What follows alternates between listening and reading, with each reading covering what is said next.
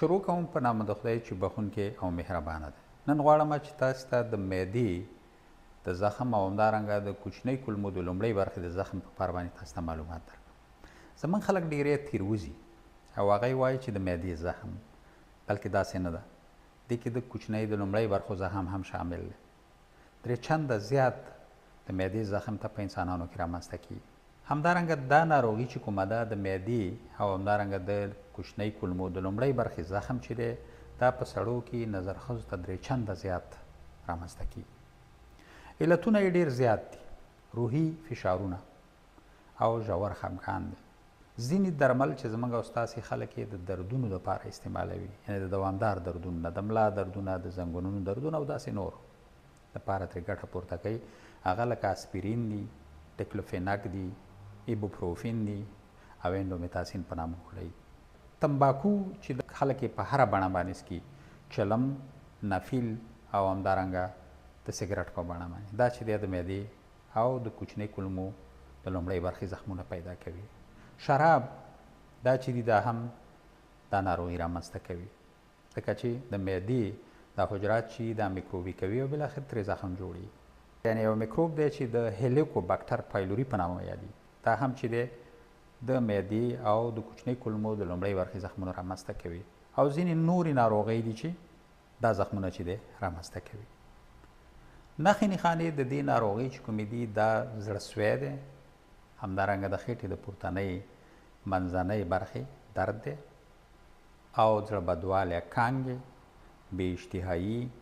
ځینې ناروغانو سره خونریزي لري، یعنې وینه چې دی دا د خولې د لارې چې دی د کانګو په شکل باندې خارجوي. څنګه په دې ناروغۍ پوهېدلی شو؟ لکه څنګه چې موږ وویل یو خو یې دغه نښې نښانې دي. دا هم د دې دپاره چې ښه په روښانه ډول باندې دا ناروغي معلومه کړو، تشخیص کړو، نو د انډوسکوپي معاینه ده. انډوسکوپي یو ماشین دی چې یو پیپ لري او د دې په سر کې یو کمره او همدارنګه یو برق دی، یعنې یو ګروپ دی.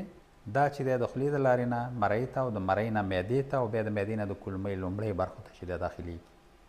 او په دغه ساحه کې چې څومره بدلونونه وي هغه لیدلی کېږي ډېر په اسانۍ سره، او بیا چې دی درمل کېږي. د درملنې دپاره باید ټول هغه فکټورونه، ټول هغه شیان چې د دې زخمونو سبب کېږي هغه چې دی هغه باید د هغې نه باید ځان وساتو. لکه د بیلګې په ډول یعنې د تمباکو څخه باید ځان وساتو چې هغه که په هره بڼه وي، چلم، نفیل، سګرټ. همدارنګه الکوهول یعنې شراب چې د دې ناروغۍ سبب کېږي باید موږ او تاسو ترې ځان وساتو.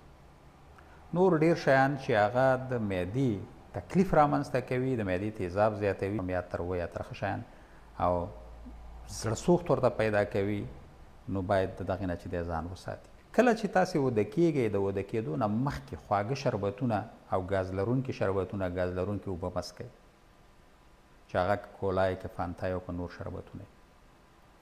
همدارنګه کله چې تاسې وده کېږئ د وده کېدو نه 4 یا 3 ساعته مخکې باید د ډوډۍ خوړلو پلان جوړ کړئ. یعنې مخکې ترې باید ډوډۍ 3 یا 4 ساعته مخکې وخورئ. سملاسي چې کله ډوډۍ وخورئ د هغې نه دوباره مه وده کېږي. یعنې زموږ خلک چې دی د شپې 8 بجې 9 بجې ډوډۍ وخوري او بیا وده کېږي، بلکې دا صحیح نه ده. ښه خبره خو دا ده چې د 6 یا 18 بجو د ماښام نه باید سړی وروسته ډوډۍ ونه خوري. خو بهرحال زموږ او ستاسې کلتوري ستونزه ده، زموږ خلک یې په ماښام کې خوري. نو باید داسې د ډوډۍ خوړلو پلان جوړ کړي چې 3 یا 4 ساعته د وده کېدو څخه مخکې وي.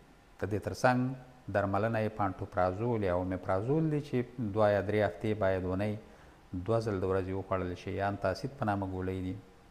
او که چېرته مثال د انډوسکوپي معاینه وشي او د هیلیکوباکټر پایلوري تشخیص شي، یعنې معلوم شي چې د دې په واسطه باندې هغه چې دی بیا د انټي بیوټیک په واسطه باندې درمل کېږي، البته د ډاکټر سره، او 10 ورځې درمل کېږي. او بیا 10 ورځو نه وروسته 6 هفتې یا 6 اونۍ وروسته باید بیا یو وارې د دې میکروب معاینه تکرار یا بیا ځل شي تر څو پورې چې دا میکروب د منځه تللی دی که نه.